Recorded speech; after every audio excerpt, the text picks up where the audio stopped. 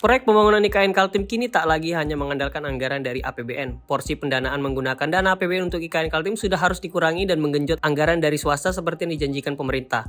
Sebelumnya, Presiden ke-7 Joko Widodo menjanjikan anggaran pembangunan IKN Kaltim hanya 20% saja yang bersumber dari APBN. Komitmen pemerintah untuk hanya menggunakan dana APBN sebesar 20% dari anggaran IKN Kaltim kembali disampaikan pemerintahan Presiden ke-8 RI Prabowo Subianto.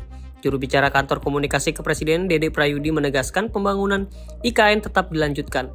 Jumat 17 Januari 2025, Dede Prayudi dalam media gathering di Bandung, Jawa Barat mengatakan komitmen pembangunan IKN itu tidak ada turun sama sekali. Komitmen Presiden Prabowo terhadap IKN itu tidak lebih rendah daripada komitmen Presiden Jokowi. Namun pembangunan IKN tak mengandalkan anggaran pendapatan dan belanja negara sepenuhnya. Aturan ini tercantum dalam Peraturan Pemerintah Nomor 17 Tahun 2022 tentang pendanaan dan pengolahan anggaran dalam langkah persiapan pembangunan dan pemindahan ibu kota negara serta penyelenggaraan pemerintahan daerah khusus ibu kota Nusantara.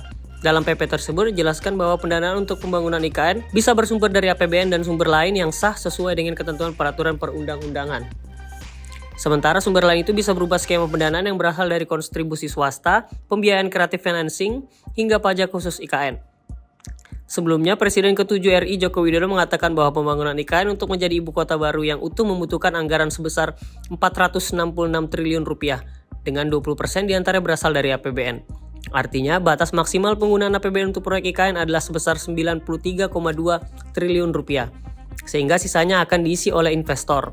Sedangkan berdasarkan data Kementerian Pekerjaan Umum dan Perumahan Rakyat, pembangunan IKN telah menelan APBN sebesar 83,4 triliun rupiah, terhitung per 4 Juli 2024. OIKN telah menerima lebih dari 500 letter of intent atau surat pernyataan minat investasi dari para calon penanam modal.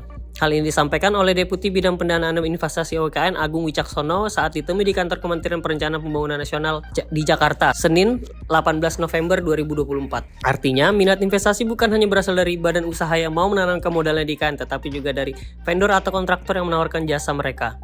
Kepala OIKN Basuki Hadi Mulyono mengatakan bahwa ada 5 proyek yang akan dibangun pada groundbreaking 9. Basuki membocorkan 5 proyek tersebut adalah garapan swasta dengan sektor meliputi perkantoran, hotel, rumah makan, penghijauan, dan perumahan yang tengah diusahakan.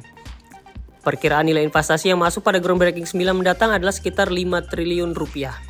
Download Tribun X sekarang, menghadirkan lokal menjadi Indonesia.